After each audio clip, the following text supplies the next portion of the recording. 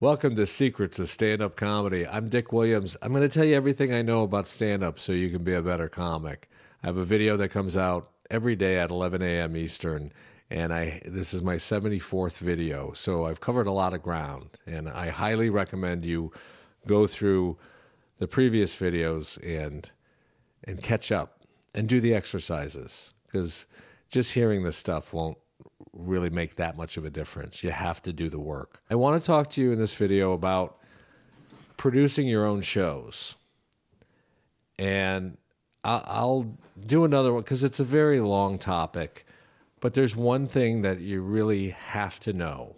There's a few things, so let's get into it. If there's a venue that's currently doing an established show, whether it's weekly or monthly or every other month, whatever it is, that venue's off limits to you. Don't go in and steal that venue from another booker or another comic by lowballing them. That is a no-go. You will make a very bad name for yourself. Yeah, but I really want to do it. I don't want to hear any excuses. Other people have set that up. It's going well. If let's say they do a monthly show, if you want to do a show there, you talk to that other comic and you say, hey, would it be cool with you if I talk to the owners about doing a totally different thing? It's still comedy, but I want to do a different night. I will make sure that it doesn't impact your show. And if they say no, you have to back off, because it's really frowned upon. You're messing with people's money now, and nobody takes kindly to that.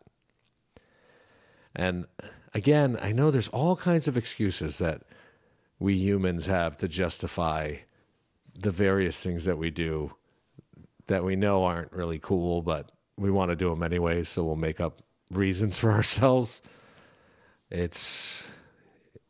I mean, I've had it happen before where people try to go in and I just get furious. I'm like, why would you do that? Go find your own venue. Here's another important point. If you're going to charge money for shows, make it worth the price. So let's say you're charging $20, but you're just using local comics who are a collection of MCs and features. If you don't have a legit headliner on the show, maybe you shouldn't be charging that much money. Because what you don't realize is, while you're making money in the short term, you're ruining the scene locally. Ask your average person how many comedy shows they've ever been to. Just at your coffee shop or a bar. Hey, how many times have you seen stand-up? Maybe once a year, they go out and see a live show. They're probably going to pick the Comedy Club, the Funny Bone, Helium, Levity, the Improv, whatever it is in your city.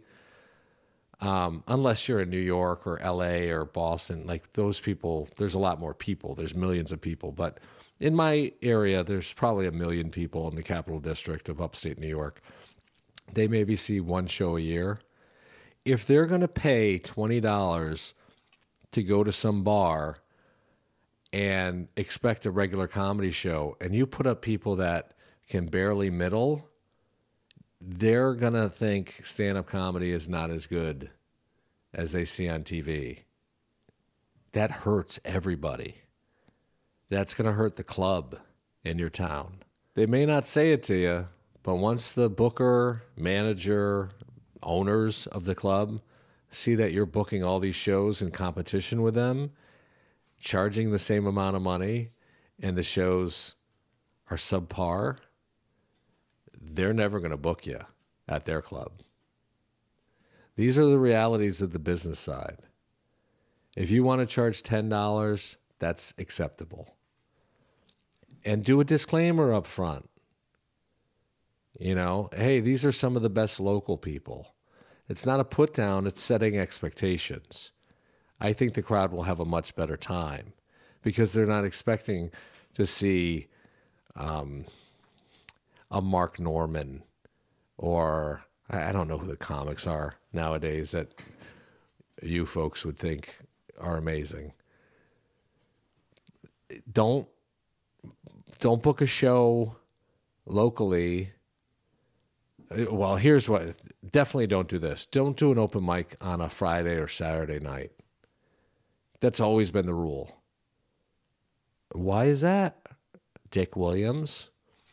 Because you don't want to give away something for free that your local club that you need to be supporting is charging people for. Again, you have to put yourself in their position. They're doing marketing.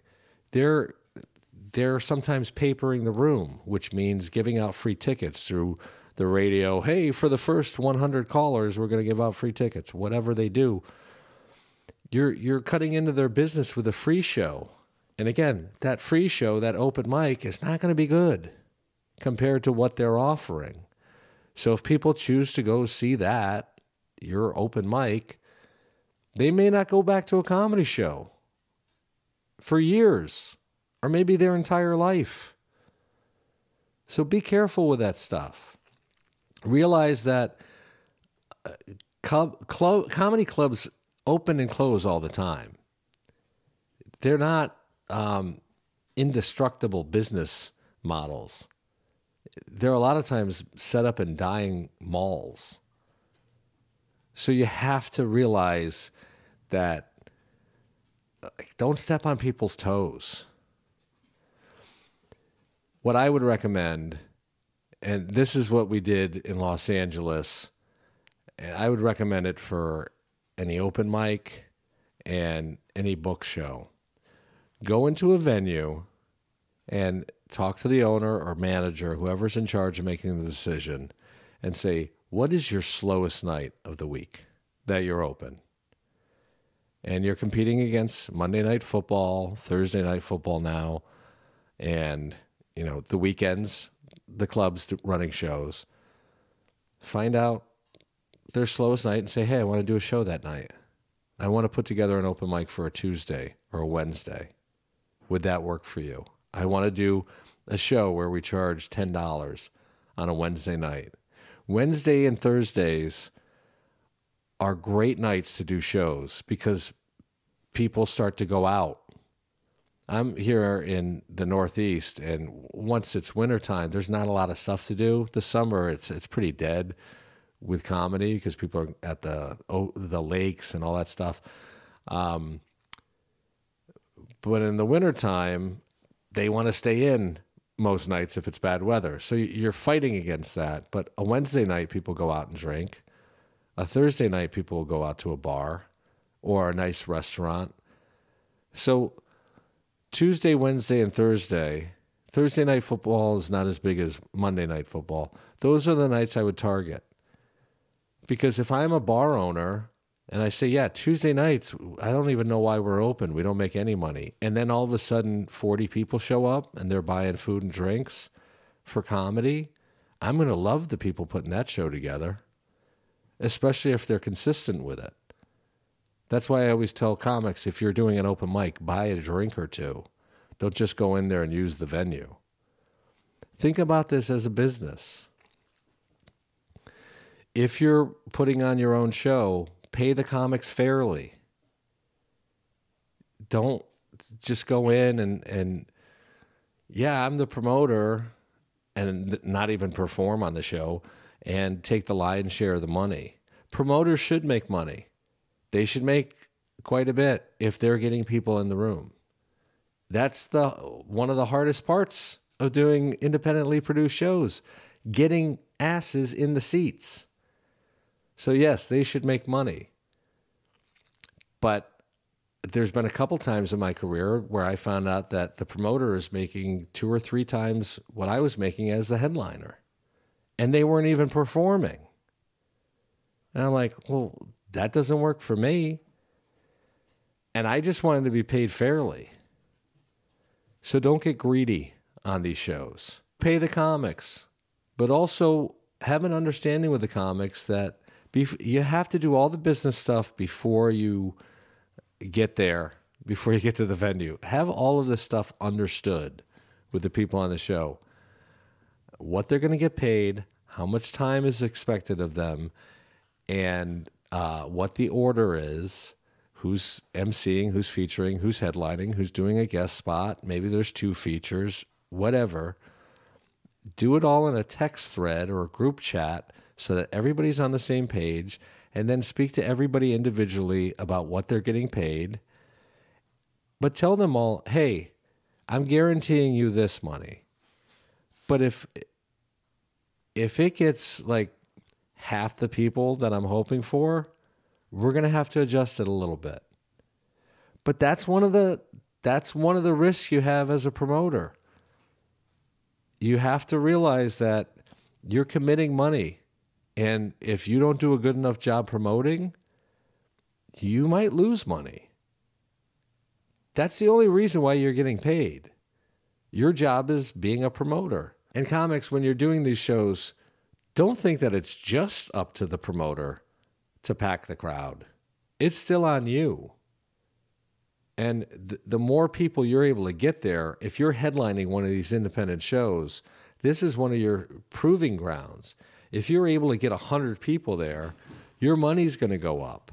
You could start producing the shows yourself, or you can tell whoever's booking these shows, yeah, I'm going to want a cut of the door, or whatever you negotiate, because you're making their job easier.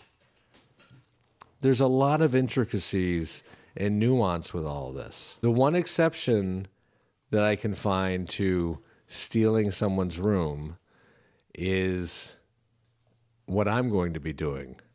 How convenient. When I start back up with stand-up after January 20th, I'm going to build a whole new act. I'm going to be doing open mics. And once I build up a headliner set, I'm going to do one-off shows. I have relationships in my local area, and some comics book these places like a VFW hall or a firehouse or an Elks Club or whatever. There's a lot of places where there's a built-in audience. I'm going to tell the people, hey, I'm putting together a show. I'm going to go in there, and it's going to be a one-time thing. And I'm not going to do it close to one of your nights. But if you're not booking me, I'm not trying to take over the room, but I have to make a living. I have to make money. So that is the caveat that, hey, I'm an independent contractor here. If you want to book me for your show, that's great, and pay me a fair share. If not, I may go in there and put on a one-time show. And if there's beef, there's beef. I don't know what you want me to tell you. You don't have a monopoly on the local scene. And that happens sometimes. It probably happens a lot. People will start booking a bunch of shows in an area and think that it's their town. It's not their town. I'm respectful of people's hard work, their dedication, their effort. And if they have established something, I'm not going to tread on that. Plus, I don't want to run shows. I don't want to run a bunch of shows. I'd love to just get booked at shows. And I plan on doing clubs. You know, I have ins at numerous clubs and all that. But you're not the boss of comedy. So don't get too carried away with that. Because you could easily lose your setup. And not from anything me or another comic does. There's all kinds of factors that could come into play. I mean, my whole message since the start of this channel has been support each other, be nice to your fellow comics, help each other out. So, yeah, you want to produce shows, make sure that the talent you have is commensurate to what you're charging. Don't book shows that directly compete with your comedy club in your city. Don't steal somebody's room. Make sure you have professional equipment. Don't put comics in hell gigs where you're not even putting a stage in there. There's no lights. It's a Mr. Microphone they're using. I mean, if you're going to start producing shows, produce shows. Get a good setup with a light There's tons of things on Amazon or eBay, or you can go out to music places and say, yeah, I want a microphone, a stand, get your own stool. You can buy stages now. Have them be foldable. I mean, that's a whole other business. People do it for bands all the time. You have to bring a certain level of professionalism to it. Have a DJ for your locally produced show. That's also a great aspect of it. And sometimes comics are going to do it just for the stage time because it gives them opportunities. Local producers, whether they're comics or not, they can be so great for comics. You just have to work within the system. And again, above all, be fair, be trustworthy, do the right thing. And all you people in my area, you're on notice now. You better start booking me or I'm going to steal your shit. No, I'm not going to steal anybody's thing. But I will come in and do a one-night thing and then move on to the next one. Because I need to make a career again. I need to get out there. And I've produced shows before. I know how to do it. And I hope we can all work together because I love comics. I hope you enjoyed this. I hope you had I'm trying not to date any of these videos, but I hope you had a wonderful holiday. I hope you got everything you wanted. And I'll see you tomorrow.